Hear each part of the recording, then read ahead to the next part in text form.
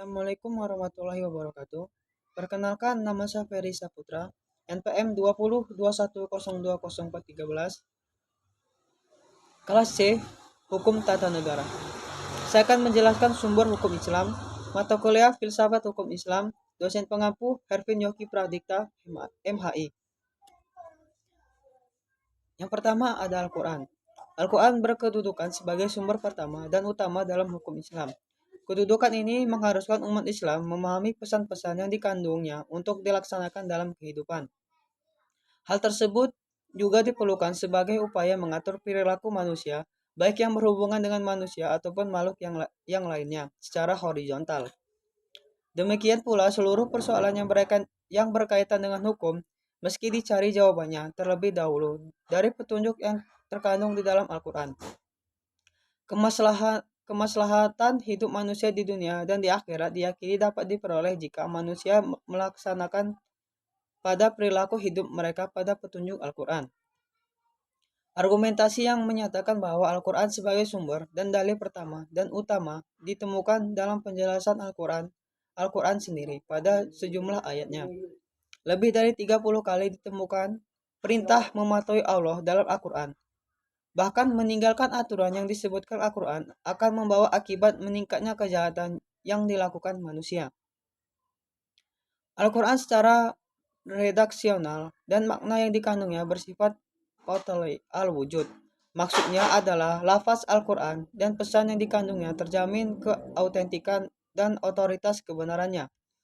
Keautentikan itu terjamin karena transformasi periwayatannya secara keseluruh mencapai tingkat mutawatir.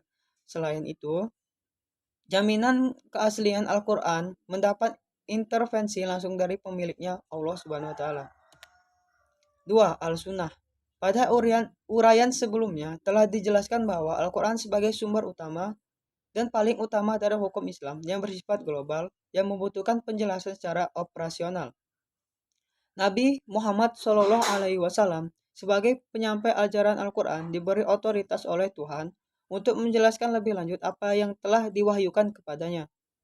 Dengan demikian, Al-Sunnah baik dalam bentuk perkataan, perbuatan, maupun dalam bentuk takrir berkedudukan sebagai sumber kedua setelah Al-Quran. Kedudukan Al-Sunnah sebagaimana disebutkan di atas berdasarkan argumentasi bahwa secara normatif ditemukan ayat Al-Quran yang menyeluruh untuk taat kepada Rasul. Ketaatan kepada Rasul sering dikaitkan dengan ketaatan kepada Allah Subhanahu wa taala, seperti yang ditemukan pada surah Al-Nisa ayat 13, artinya hukum-hukum tersebut itu adalah ketentuan-ketentuan dari Allah. Barang siapa taat kepada Allah dan Rasul-Nya, niscaya Allah memasukkannya ke dalam surga. Al-Quran sering menetapkan beriman kepada Rasul sama dengan kewajiban beriman kepada Allah Subhanahu wa taala. Disebutkan dalam surat Al-Araf ayat 158. Penegakan Al-Quran juga menyebutkan bahwa perbuatan Rasul berdasarkan wahyu yang diturunkan kepadanya, seperti yang disebutkan dalam surah Al-Najm ayat 3 yang artinya, dan tidaklah diucapkannya itu Al-Quran menurut kemauan hawa nafsunya. Yang ketiga, akal dan proyeksi ijtihad. Pengertian akal. Akal menurut Al-Quran, lebih khususnya menurut pengertian para Islam, yaitu bahwa memerhatikan alam sekitar dengan otak, yang dimana otak adalah organ tubuh akal. Artinya akal itu sendiri terdapat di dalam otak seseorang yang digunakan untuk berpikir. Dan berdasarkan pemikiran itu, maka lahirlah suatu ide atau gagasan mengenai suatu masalah yang dipikirkan. Sebagaimana telah kita ketahui bahwa Allah Subhanahu wa taala menciptakan manusia berbeda berdasarkan akalnya dengan makhluk hidup lainnya seperti hewan dan tumbuhan. Berdasarkan perspektif Islam, peran akan dibagi dua, yaitu yang satu, memahami nilai-nilai ajaran agama. Apabila ada doktrin yang kurang jelas, akal akan merumuskan pelaksanaannya. Adapun ketika sebuah doktrin agama memiliki nilai-nilai sosial, akal bertugas menerjemahkan dalam konteks kehidupan kekinian. Bukan untuk mengubah doktrin, melainkan menemukan pelaksanaan doktrin. Kedua, Akal bertugas memilih dan menyeleksi doktrin agama. Terkadang ada doktrin agama yang temporer atau madaniyah dan doktrin agama yang selalu kontemporer atau makiyah. Terkait hal ini, akal bertugas untuk memilih kemungkinan terbaik pelaksanaannya. Yang keempat, akal dan proyeksi ijtihad. Proyeksi ijtihad.